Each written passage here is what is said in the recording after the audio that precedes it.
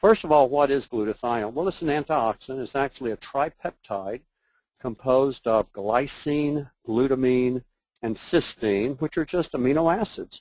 And it's known as the master antioxidant. Now, the good news is that we all produce glutathione. You don't have to take a glutathione. In fact, glutathione, the supplement, is very poorly absorbed. And so again, the main way we get glutathione is through the foods that we eat, but you're going to find out at the end of the program some supplements that'll help. But the good news is we produce our own glutathione. The bad news is that there's many things that deplete our glutathione levels, like exposure to toxins and pollutants and even drugs and xenobiotics. Poor nutrition, the aging process really drains our glutathione. You'll see that in another slide. Chronic inflammation is like having a leak in your glutathione gas tank, as well as chronic inflammations or infections. Chronic infections like HIV. Most HIV patients and AIDS patients have very low glutathione levels. Chronic hepatitis C, and I check the glutathione levels of these patients.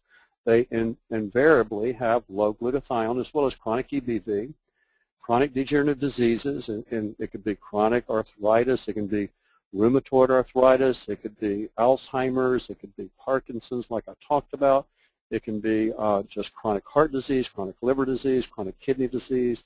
They typically have low glutathione levels because it depletes the body of glutathione, just degeneration. Pollution will deplete your glutathione levels. Lack of sleep will deplete glutathione, as well as stress, excessive stress, not coping with stress, traumas and major life events, divorces, lawsuits, all of this, it depletes your glutathione levels. And especially toxins deplete the glutathione. And realize there's almost 70,000 industrial chemicals that are found in common products, with 1,000 new synthetic chemicals introduced every year. And our body uses up glutathione when it detoxifies these chemicals.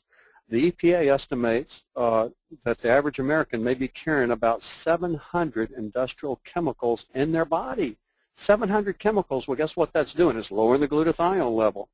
A CDC report resulted from 2,500 screenings of Americans for 148 industrial chemicals. They found that significant quantities of these chemicals were found in the bloodstreams in every individual tested.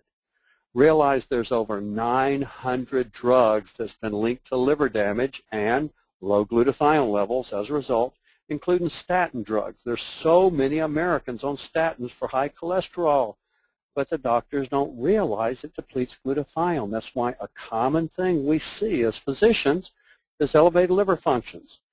And that's why it's important to put these people on a glutathione-boosting supplement, because it'll help to correct a lot of the liver function abnormalities.